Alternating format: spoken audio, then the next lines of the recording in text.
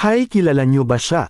Siya si Fat Cat o mas popular gamer na sa bansang China. Si Fat Cat ay namulat sa online games dahil sa pag-online games niya dito niya na din nakilala ang magpapasaya sa kanyang buhay na si Tanzu. Ang ating binata ay broken family, kaya dito niya na-enjoy ang buhay niya sa paglalaro ng online games.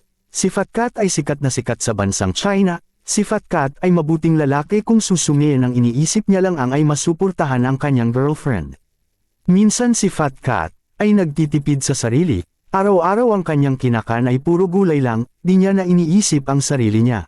Dito nga sa mga memories nila ay masayang-masaya ang dalawang magkarelasyon, ngunit sa isang iglap lang ay wawakasan ni Fat Cat ang kanyang buhay dahil sa pangloloko ni Tanzu. Ito ang mga huling laro ni Fat Cat.